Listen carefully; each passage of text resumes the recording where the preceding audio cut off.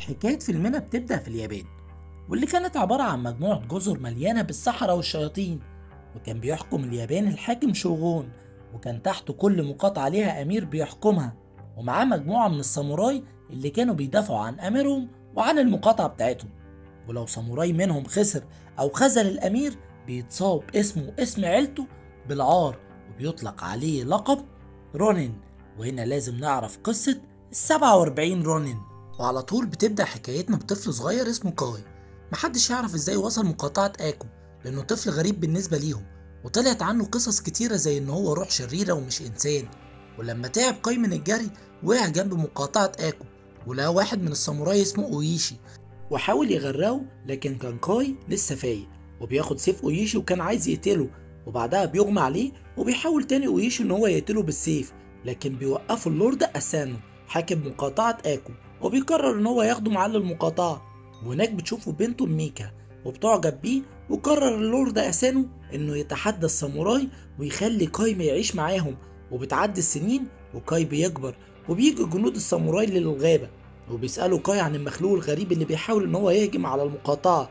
وكاي قال لهم ان هو موجود فوق في الغابة، والاحسن ان احنا نعمل له فخ هنا ونستناه. لكن بيبدأوا الهجوم انهم يتحركوا ناحية المكان المستخبي فيه المخلوق. فجأة بيظهر المخلوق من وسط الشجر وبيهجم على اللورد اسانو وبيوقعه من على الحصان. وعلى طول اللورد اسانو بيأمر الجنود ان هم يقتلوا المخلوق ويجروا وراه. كاي بيركب حصانه وبيروح وراهم عشان يساعدهم، وحاولوا ان هم يضربوا بالاسهم المخلوق، لكن كان بيضربهم بديله وبيوقع منهم كتير جدا، لحد ما قرب واحد منهم اسمه ياسانو، وكان هيقتل المخلوق، لكن المخلوق وقعه من على الحصان، وكان قريب منه كاي، واللي بيجري بأقصى سرعة عشان ياخد سيف ياسانو ويضرب المخلوق بيه قبل ما يوصل ويقتل ياسانو. وبعدها بيتفاجئ كاي ان ياسانو بيقوله ان هو كان اهون عليه انه يموت على ايد المخلوق ولا ان واحد اجنبي ينقذه. لكن بيوصل اللورد اسانو والساموراي ويفكروا ان ياسانو هو اللي قتل المخلوق، وويشي بيقطع قرن المخلوق للاحتفال، وانهم اخيرا هيقدروا يستقبلوا الشوغون في المقاطعة من غير خوف. وقبل ما يمشي بيلاحظ اويشي دم المخلوق على ايد كاي، وعرف ان هو اللي قتله، لكن ما قدرش يتكلم عشان ما كانش بيحب كاي.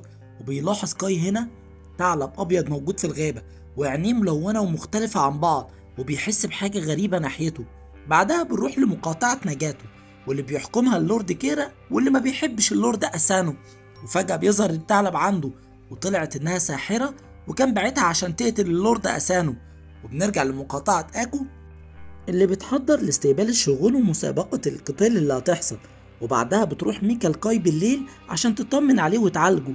وبعدها بيوصل الشغون واللورد كيرا لمقاطعة اكو، وكان كاي بيتفرج على مراسم الاحتفال اللي بتحصل وعلى الفرقة الموسيقية، وشاف بنت عينيها زي الثعلب اللي شافه في الغابة.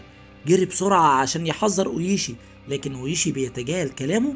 وتاني يوم بتبدأ المسابقة، وكان مقاتل مقاطعة نجاتو قوي جدا ودخل الحلبة الأول. وكان مقاتل مقاطعة اكو هو ياسانو، اللي كان قاعد بيجهز نفسه في غرفة لوحده. لكن بتروح له الساحرة وهي متخفية في الثعلب الأبيض، وسحرت ياسانو ومبقاش قادر على القتال. وبيوصلوا تشيكارا ابن اويشي وكاي معاه، وبيقول تشيكارا لكاي ان المقاتل بتاعنا لو ما ظهرش ده هيسبب لنا احراج والعار قدام المقاطعات كلها، وهيعمل لنا مشاكل كبيرة قدام الشغون. كاي هنا قرر ان هو ينقذ الموقف، ولبس لبس ياسانو وخرج لساحة القتال كمقاتل لمقاطعة اكو. وابتدى القتال ما بينهم، وكاي بيتضرب في وشه وبيقع على القناع، وعرفوا كلهم ان هو كاي وانه اجنبي. والشغون غضب جدا ووقف القتال، وامر الساموراي ان هو يقتله. لكن على طول ميكا واسانو بيتدخلوا في اخر لحظة، والشغون قبل اعتذار اسانو وامر بضرب كاي وان يتسحب منه لبس الساموراي. اسانو هنا حس بالعار وحبس نفسه في اوضه لوحده. والناحية التانية كانت الساحرة ميزوكي حست بضعف أسانو، وقالت لكيرا إن دي الفرصة المناسبة، وطلعت سائل غريب منها وحولته لحشرة غريبة، واستخدمت قوة السحر بتاعتها وراحت لأوضة أسانو وحطيته على بقه، ونزلت الحشرة السائل اللي موجود في بق أسانو وسحرته طبعا الساحرة. بعدها أسانو ابتدى يسمع هلاوس وصريخ من بنته إن في حد بيعتدي عليها، وعمال يجري ورا الصوت وبيتحرك عشان ينقذ ميكا. وفعلا وصل لمكان الصريخ وشاف كيرا وهو بيعتدي على بنته، وسحب السيف بتاعه وحاول يقتله، لكن قبل ما يقتله بيتدخل اويشي وبينقذ اللورد كيرا منه، وميكا بنته بتوصل والسحر بيروح منه، والشغون كان واقف وشايف كل اللي بيحصل. وتاني يوم بيحكم على أسانو بالإعدام، لكن مراعاة لتاريخ أسانو سمح له إن يقتل نفسه بالسيف بتاعه عشان يحتفظ بشرفه وشرف قبيلته. وتاني يوم بينفذ أسانو الحكم وقتل نفسه، وأمر الشغون إن كيرا يتجوز ميكا بعد سنة من دلوقتي، وإن مقاطعة آكو هتبقى موجودة تحت حكم كيرا. وأمر أويشي والساموراي بتوعه إن هما ما يحاولوش ينتقموا لموت أسانو. وبعد ما الشغون ما بيمشي، أمر كيرا بنفي كاي لمكان مجهول، وكمان حبس أويشي لمدة سنة، ونفى كل الساموراي الموجودين في المقاطعة. وبتعدي الأيام، وبعد سنة بيخرج أويشي وبيرجع لبنته، وأمر ابنه تشيكارا إن هو يجيب له 3 أحصنة، وقال لمراته إنها تعلن إنها اتطلقت منه عشان يحميها من اللي ناوي عليه واللي ناوي يعمله. وقال لابنه إن هو يروح للساموراي ويجمعهم عند البحيرة، وإن هو هيروح يحرر كاي ويطلع بيه على هناك. وبعدها بيوصل للجزيرة اللي منفي فيها كاي، وشافه هو بيحارب هجين غريب. وبعد ما كسبه بينزل أويشي لساحة القتال قدامه عشان يكلمه، لكن كاي بيحاول ان هو يقتله وما كانش عارفه. وفي الاخر أويشي بيقول له ان ميكا محتاجاله ومحتاجة مساعدته وفكره بنفسه. وبعدها الاتنين بيهربوا من الجزيرة مع بعض. وبعد ما خرجوا بيقول له أويشي ان هو كان معاه حق بخصوص الساحرة، وان هو اسف لانه ما صدقوش زمان. وعلى طول بتوصل الاخبار للورد كيرا، واللي عرف بهروب كاي وان أويشي هو اللي هربه، وطلب من ميزوكي انها تلاقيهم وتقتلهم. وبعدها بيوصل أويشي وكاي للساموراي، وبدأوا ان هم يفكروا مع بعض ازاي يهجموا على مقاطعة كيرا.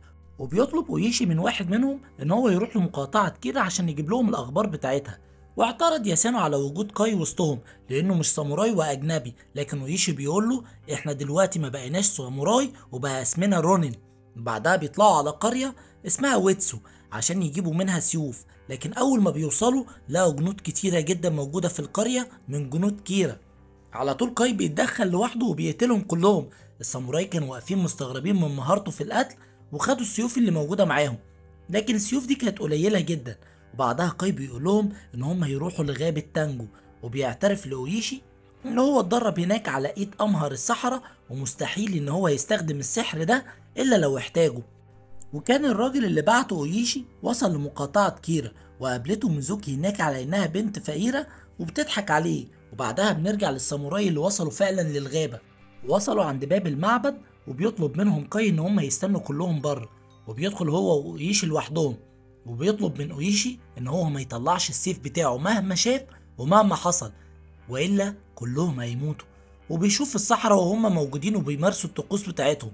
وبيدخل كاي لوحده في غرفة سرية غريبة، وشاف سيف مغروس في الأرض لوحده، وبيظهر له كبير الصحراء وقال له إن هو مبسوط إنه رجع، لكن مستحيل ياخد السيف ده، وإن الناس دي مش بتحبه، والسيوف دي موجودة عشان تحميهم منهم. لكن كاي بيقول له إن مش كلهم وحشين، والناس اللي موجودة معاه طيبة وبتدافع عن القضية بتاعتها. واتفقوا مع بعض اللي هيوصل للسيف الأول هياخده. وعلى طول كان أويشي موجود بره، شاف الساموراي وهم داخلين المعبد عليه عشان يطمنوا عليه.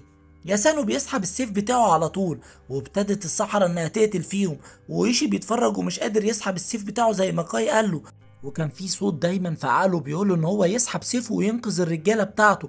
لكن على الناحيه التانيه كاي كان موجود جوه الغرفه السريه، وبيقدر ان هو يوصل للسيف الاول عن طريق السحر اللي بيستخدمه لاول مره. وخد السيف وحطه على رقبه الساحر اللي بيسمح له ان هو ياخد السيوف. وبيطلع لأويشي اللي لقى ان في سيوف كتيره موجوده حواليه وان الساموراي مش موجودين. كاي قال له ان ده كان سحر، ولو كان سحب السيف بتاعه كان كلهم ماتوا. وخدوا السيوف بيطلعوا بيها للساموراي.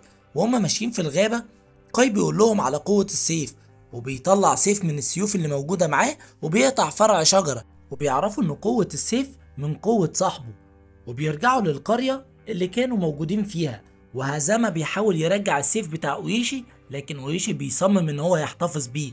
وبيرجع كمان ويزو اللي كان موجود في القرية بتاعة كيرا، وقال لهم ان كيرا النهاردة هيروح يزور قبر اجداده بالليل عشان يستأذنهم ان هو يتم مراسم الزفاف.